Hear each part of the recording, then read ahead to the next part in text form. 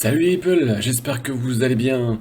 On va parler de Chronicles of Waral, un petit Kickstarter, il n'y a rien de péjoratif dans ce que je dis, mais vous allez voir, qui me tenait beaucoup à cœur parce que c'est un projet qui est très sympathique, qui est porté par un éditeur français, c'est son premier Kickstarter.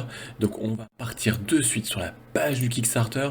Donc c'est un projet qui est porté par Mosquito Games, qui nous propose un jeu d'affrontement, un jeu de cartes et qui, moi, me plaît beaucoup à la lecture des règles et des discussions que j'ai pu avoir avec son auteur et éditeur. Donc je voulais vraiment prendre le temps de vous en parler. Alors, qu'est-ce que Chronicles of Waral? Alors, c'est un jeu de cartes, un jeu d'affrontement assez rapide. Les parties vont durer 30-45 minutes pour 2 à 4 joueurs et qui, point important, sera édité en français. Donc, vous pourrez l'avoir dans la langue de Molière. Même si là, la page du créateur est en anglais, mais je vais tout vous expliquer pour que vous puissiez tout savoir comment se déroule une partie. Vous allez voir, c'est un jeu qui va mener un tout petit peu de draft en début de partie sur le choix de vos personnages, et puis ensuite un jeu d'affrontement, je dirais de conquête de certains territoires ou de quartiers pour avoir des points de victoire en fait. Et le but étant d'avoir le premier arrivé à un certain nombre de points de victoire, 15 points de victoire à 2. D'ailleurs, les règles sont même disponibles pour ceux qui voudraient les voir. Elles sont disponibles en français. Elles sont très courtes. Je les ai parcourues, je les ai lues. Elles font 3 pages pour la partie vraiment d'explication. Donc voilà, vous pouvez aller voir très rapidement, il n'y a aucun souci. Ce que vous allez retrouver dans une boîte qui coûte 29 €, donc on est vraiment sur un pledge, je dirais, par rapport à tout ce qui peut sortir actuellement sur Kickstarter, qui est très léger. Vous verrez même les frais de port sont très légers parce que c'est fabriqué en France, c'est envoyé en France, donc il y a peu de, il n'y a pas de problème de transport, etc.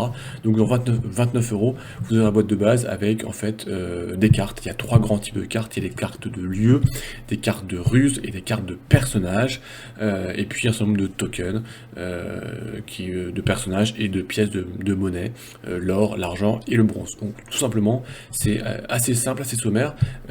Mais c'est pas pour ça que ça fait un jeu sommaire.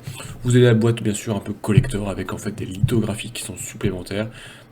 39 € avec des dessins particuliers.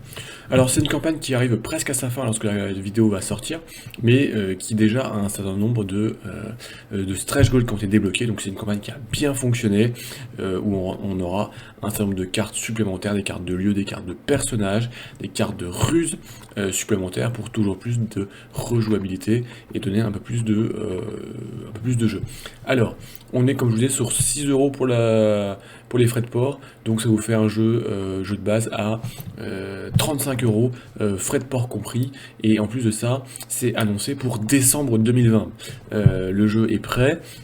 Il faut lancer vraiment les impressions, c'est imprimé en France et envoyé depuis la France, donc il ne devrait pas avoir de retard. Donc ça devrait être un jeu livré très rapidement que vous allez pouvoir glisser sous votre sapin. Alors, maintenant, comment se déroule une partie de Chronicles of Waral, pardon.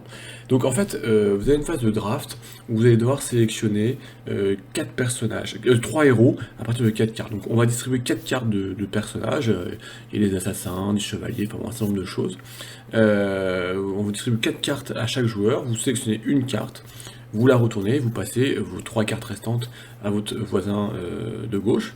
Et puis on recommence, vous choisissez un deuxième héros, vous passez vos cartes, et comme ça, lorsque vous aurez vos 3 cartes de héros, vous aurez votre équipe, vos héros, et donc vous allez récupérer les jetons associés qui représentent vos héros, et vous allez pouvoir vous lancer dans cette bataille de quartier.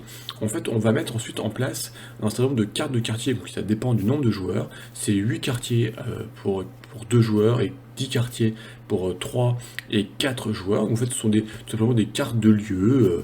Alors, je les connais pas tous, mais vous pouvez pas retrouver, je sais pas moi, une église, enfin bon, un certain nombre de lieux, ça représente des lieux, et ces cartes, en fait, vont être le cœur du jeu, puisque vous allez pouvoir vous battre pour vous en prendre possession, pour en déclencher les effets. Les tours de jeu vont se succéder très rapidement et très simplement. On va jouer alternativement tous nos personnages, ou nos trois héros, pour jouer un tour complet de jeu. Un coup à toi, à moi, à deux joueurs en tout cas. Donc on joue de façon alternée, et donc on a plusieurs possibilités, on a trois possibilités en fait à chaque fois avec notre héros. Soit c'est de les, ce qu'on appelle faire un saccage, faire un pillage sur un lieu, c'est-à-dire qu'en fait on va venir récupérer des jetons de monnaie, donc ça dépend du lieu qu'on vise, on met notre personnage sur ce lieu-là, et on récupère de la monnaie. Alors il y a trois niveaux de monnaie, alors, il y a l'or, l'argent et le bronze. Soit on va vouloir prendre possession du lieu, donc dire que ce district nous appartient. Là, il va falloir payer donc un certain montant de cette même monnaie. Et à ce moment-là, le lieu nous appartient, on le place dans notre camp, il est plus accessible aux autres joueurs, et ça va donner trois avantages. Ça va donner un effet immédiat, une capacité à déclencher immédiatement, j'y reviendrai. Ça va donner une capacité qui va être déclenchée en fin de tour à chaque fois, et puis ça va donner des points de victoire, des points de contrôle. Le but du jeu étant d'avoir 15 points de victoire, en tout cas à deux joueurs. Donc voilà, il va falloir quand même récupérer quelques lieux pour avoir de plus en plus de points de victoire. Et la troisième possibilité, c'est donc vous allez pouvoir jouer une carte de ruse. En fait, ce sont des cartes avec une capacité immédiate à jouer. Donc en fait, vous avez l'action de pillage, l'action de prise de contrôle et l'action de la ruse pour jouer une carte. Donc les possibilités sont... Il y a peu de possibilités, donc voilà, au niveau des règles, c'est très simple à apprendre et ça va très très vite. Quand tout le monde a joué ces trois héros, qu'est-ce qui se passe? Et ben, les lieux où il y a des héros de deux camps différents, on dit qu'ils sont saccagés, donc on les défausse et on vient remplacer des nouveaux. Et sinon, après, les joueurs récupèrent leurs jetons de personnages pour pouvoir commencer un nouveau tour. Mais avant de commencer ce nouveau tour, on va déclencher cette fois-ci les effets permanents de vos cartes de lieu que vous avez conquis et qui vous appartiennent. Donc tous ces effets, quels sont-ils, je dirais, et comment ils vont venir influencer votre partie? Comme les cartes de ruse, on va retrouver un peu les mêmes effets. Alors, vous allez avoir des effets donc justement qui vont permettre de piocher de nouvelles cartes de ruse. Vous allez avoir des effets qui vont permettre de détruire des lieux qui ont été conquis, qui sont contrôlés par votre joueur adverse. Détruire sinon même des lieux que vous avez pris possession, si vous voulez vous en débarrasser. Vous allez pouvoir venir empêcher un autre héros de jouer. Vous allez pouvoir venir regarder les cartes ruses en possession du joueur adverse. Vous allez pouvoir regarder les cartes de lieu qui vont arriver dans la pile de pioches pour pouvoir les placer un peu dans l'ordre que vous voulez ou si vous avez besoin. Vous allez pouvoir voler des cartes ou voler de la monnaie aux autres joueurs. Vous allez pouvoir récupérer des jetons monnaie, l'or, l'argent, le bronze. Voilà. Donc tous ces effets de jeu, vous allez pouvoir donc à vous de les jouer, je dirais, au bon moment. Vraiment, le but étant de réussir à avoir assez de monnaie pour acheter assez d'UE, pour avoir des points de victoire, et avec une succession à chaque tour de déclenchement d'effets, des lieux que vous possédez. Donc ça va être un système, un peu une construction à mener, avec une zone de contrôle. Donc vous voyez, les règles sont très simples, très rapides. Au niveau du design, moi je trouve ça plutôt plaisant, j'aime bien cet hiver médiéval fantastique. Voilà, j'accroche vraiment beaucoup, donc c'est un jeu que je vais regarder. Il reste vraiment une semaine et je me tâte pour me lancer dedans parce que vraiment, il m'intéresse beaucoup et ça a l'air vraiment très sympathique, rapide, des règles simples. Mais voilà, des stratégies, on peut vraiment développer un certain nombre de stratégies, puisqu'en plus, et dernier point, bien sûr, et c'est là la phase de draft de vos héros est importante, chaque héros a aussi une capacité particulière, donc à vous de constituer la meilleure équipe, la meilleure combinaison, pour pouvoir utiliser ces capacités au meilleur moment, et de façon les plus opportunes.